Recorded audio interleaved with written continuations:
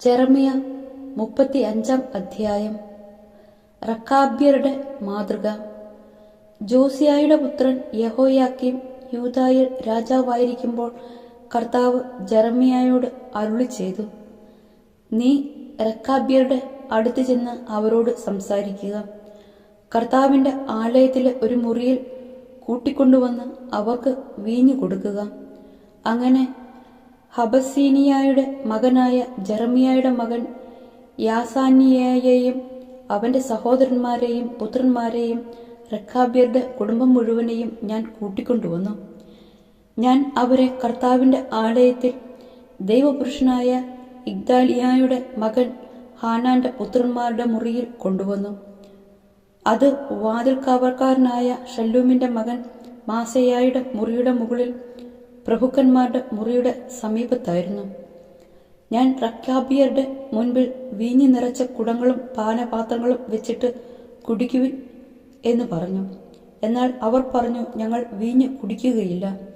എന്തെന്നാൽ റക്കാബിന്റെ മകനും ഞങ്ങളുടെ പിതാവുമായ യോനാദാബ് ഞങ്ങളോട് കൽപ്പിച്ചിട്ടുണ്ട്, നിങ്ങളും നിങ്ങളുടെ സന്തതികളും ഒരിക്കലും വീഞ്ഞു കുടിക്കരുത്. നിങ്ങൾ വീട് പണിയരുത്, വിത്ത് വിതയ്ക്കുകയോ മുന്തിരിത്തോ നട്ടു വളർത്തുകയോ കൈവശം വയ്ക്കുകയോ അരുത്. ജീവിതകാലം മുഴുവൻ നിങ്ങൾ കൂടാരങ്ങളിൽ വസിക്കണം. അങ്ങനെ ചെയ്താൽ നിങ്ങൾ വിദേശികളെ പോലെ പാർക്കുന്ന നാട്ടിൽ ദീർഘനാൾ നിങ്ങൾക്ക് വസിക്കാൻ കഴിയും.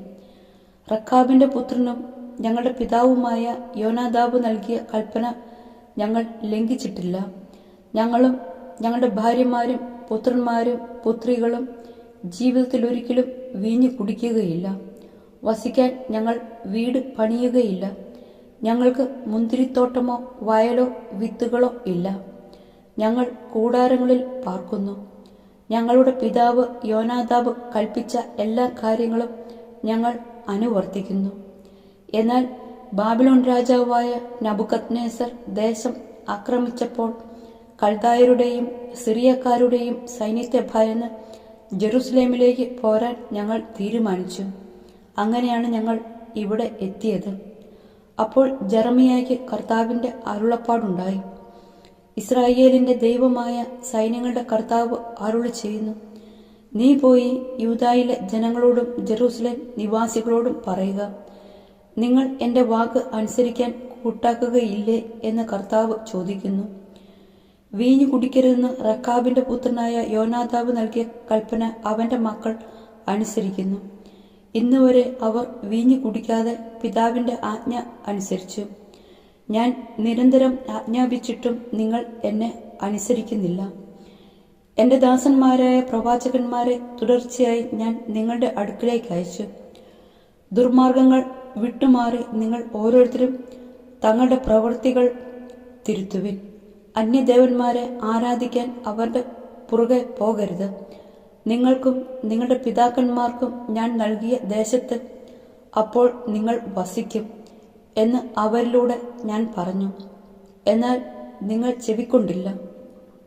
റക്കാബിന്റെ പുത്രനായ യോനാദാബിന്റെ മക്കൾ തങ്ങളുടെ പിതാവിന്റെ കൽപ്പന അനുസരിച്ചു. എന്നാൽ ഈ ജനം എന്നെ അനുസരിച്ചില്ല.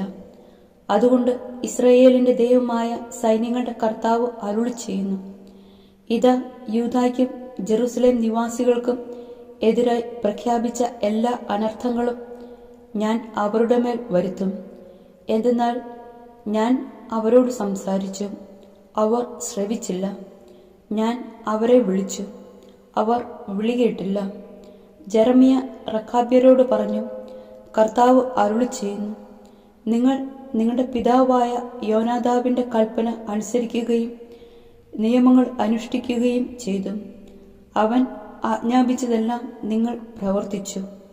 ആകയാൽ ഇസ്രായേലിന്റെ ദൈവമായ സൈന്യങ്ങളുടെ കർത്താവ് അരുളി ചെയ്യുന്നു, എന്റെ സന്നിധിയിൽ ശുശ്രൂഷ ചെയ്യാൻ റക്കാബിന്റെ മകൻ യോനാദാബിന് ആൺസന്തതി അറ്റുപോവുകയില്ല.